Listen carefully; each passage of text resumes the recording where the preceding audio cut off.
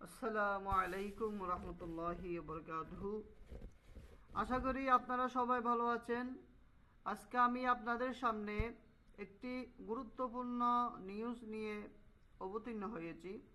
November 4 তারিখ Saudi সরকার আর পক্ষ থেকে একটি খুব গুরুত্বপূর্ণ একটা নিউজ তারা প্রকাশ করেছে তাদের হিউম্যান রিসোর্স মিনিস্ট্রি থেকে, অর্থাৎ যেটা মিনিস্ট্রি অফ লেবার ছিল আগে।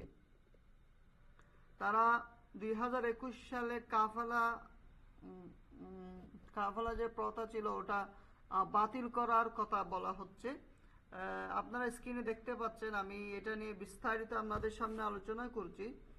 সৌদি আরবের কফিল প্রথা বাতিল হচ্ছে। প্রায় 70 বছর ধরে চলমান কাফালা প্রথা বাতিল করা হচ্ছে আগামী 14 মার্চ 2021 ইংরেজি হতে। এটার পরে আপনারা দেখতে পাচ্ছেন, আমি আপনাদের সামনে উপস্থাপন করেছি। দেখতে পাচ্ছেন হিউম্যান রিসোর্স যে ওয়েবসাইট থেকে নিউজটা দেওয়া হয়েছে সেই ওয়েবসাইটে আপনারা দেখতে পাচ্ছেন। নিউজটার শিরোনাম দেখতে পাচ্ছেন, ministry of human resources and social development launches labour reforms for private sector workers. এই নিউজের মধ্যে তারা কাফালা প্রথা বাতিলের কিছু নির্দেশনা দিয়েছেন। আমি এটা বিস্তারিত আকারে এই নিউজের উপর ভিত্তি করেই যে তারা যে বিষয়গুলো উল্লেখ করেছেন সেগুলো আমি বাংলায় আপনাদের সামনে উপস্থাপন করতে যাচ্ছি। সৌদি আরবের কফিল প্রথা বাতিল হচ্ছে। এখানে আমরা 4টা বিষয় আপনাদের সামনে তুলে ধরছি। আপনারা দেখতে পাচ্ছেন, 1 নাম্বার, চলমান চুক্তি শেষে ট্রান্সফারের জন্য কফিলের অনুমতি নিতে হবে না এবং চুক্তিবদ্ধ অবস্থায় নোটিশ দিয়ে নির্দিষ্ট সময় শেষে ট্রান্সফার নিতে পারবেন শ্রমিক নিজেই আবুশির পোর্টালের মাধ্যমে। সরকারি যে পোর্টাল থাকবে ওটার মাধ্যমে আপনারা অনুমতি নিতে পারবেন বা ডকুমেন্ট নিতে পারবেন। এটার জন্য কফিলের কাছে যেতে হবে না বা অনুমতি চাইতে হবে না। আমরা 2 নম্বর দেখতে পাচ্ছি, এক্সিট বা রিএন্ট্রির ভিসার জন্য কোনো পারমিশন লাগবে না, যা শ্রমিক নিজের আবশির পোর্টালের মাধ্যমেই করতে পারবে।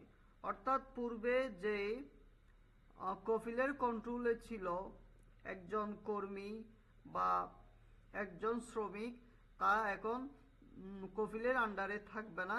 সুতরাং আবশির যে পোর্টাল, ওই পোর্টালের মাধ্যমে আপনারা আপনাদের মতো করেই আপনাদের ডকুমেন্ট নিতে পারবেন।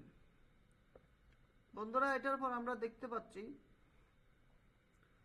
চাকরির চুক্তির শেষে একটা চাকরির যখন চুক্তি থাকবে একজন কফিলের সাথে, এটা শেষে কর্মী সহজেই ভিসা নিতে পারবেন।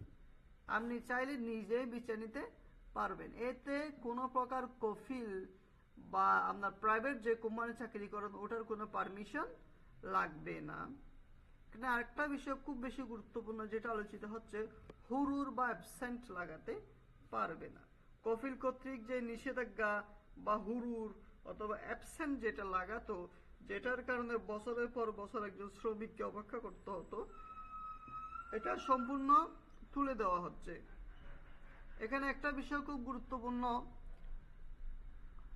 আপনার কফিলকে মাসে 100 দিরহাম, 200 দিরহাম বা 500 দিরহাম, 500 রিয়াল যে টাকা প্রদান করা হতো, সেটা হয়তো আর দিতে হবে না। কিন্তু একামার বিষয়ে আমি আবার বলছি, একামার বিষয়ে এই নিউজে বিস্তারিত আলোচনা করা হয়নি। সুতরাং কফিলের সাথে সামঞ্জস্য রেখে একজন প্রবাসীকে সুন্দরভাবে চালিয়ে নিতে হবে। বন্ধুরা, আপনারা দেখতে পাচ্ছেন, আমি আরেকটা খুব গুরুত্বপূর্ণ বিষয় তারা এখানে উল্লেখ করেছেন, এটা আমি বলতেছি। মজুরি সুরক্ষা ব্যবস্থা করা, মানে স্যালারির বিষয়টি নিশ্চিত করা। কাজের চুক্তির ডিজিটাল ডকুমেন্টেশনের মাধ্যমে করা। শ্রম শিক্ষা ও সচেতনতা উদ্যোগ নেয়া, মানে কাজে ট্রেনিং বলা যায় খুব সহজে।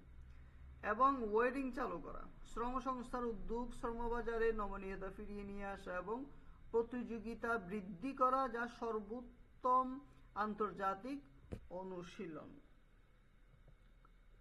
এবং সৌদি শ্রম আইনের সাথে সমঝোতা রেখে এর চুক্তি ডিজিটাল ডকুমেন্টেশনের মাধ্যমে তাদের কর্মসংস্থান চুক্তির উপর ভিত্তি করে কর্মচারী এবং নিয়োগকর্তার মধ্যে ভিত্তিক চুক্তি সক্রিয় করা, যা সৌদি শ্রমিক এবং প্রবাসীদের মধ্যে বৈষম্য কমাতে অবদান রাখবে।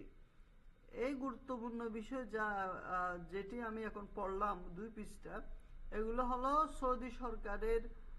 সৌদি সরকার এবং যে শ্রমিক রয়েছে তার মাঝে সুন্দর সামঞ্জস্যতা এবং ইন্টারন্যাশনাল যেটা লেবার ল, এটার সাথে সামঞ্জস্য রাখার প্রতি গুরুত্ব দিয়েছেন।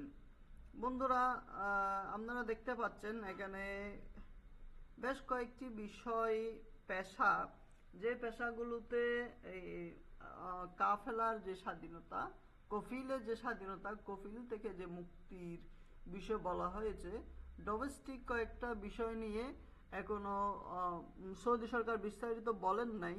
এটার মধ্যে আছে যারা মাজরায় কাজ করে বা ক্ষেত খামারে যারা কাজ করে, যারা হাউস ড্রাইভার, আবার যে সমস্ত লোক বাড়িতে কাজ করে পুরুষ বা নারী, তারা এখনো কফিলের কন্ট্রোলের বাইরে কিনা এই বিষয়ে এখনো সৌদি সরকার নির্ধারিত কোনো সিদ্ধান্ত দেয় নাই, ভবিষ্যতে দিবে বলে আমরা আশা করছি। বন্ধুরা, আপনারা খুব গুরুত্বপূর্ণ একটি নিউজ পেয়েছেন বলে আমি আশা করি। এই স্ক্রিনশট আপনারা নিয়ে রাখতে পারেন যাতে আপনাদের কাজে লাগে। যদি এই সমস্ত আরো খুব গুরুত্বপূর্ণ নিউজ নিয়ে আমি আপনাদের সামনে আসব, তাই আমার চ্যানেলকে সাবস্ক্রাইব করে সাথে থাকুন। সবাইকে ধন্যবাদ। আল্লাহ হাফেজ। আসসালামু আলাইকুম ওয়া রাহমাতুল্লাহি ওয়া বারাকাতুহু।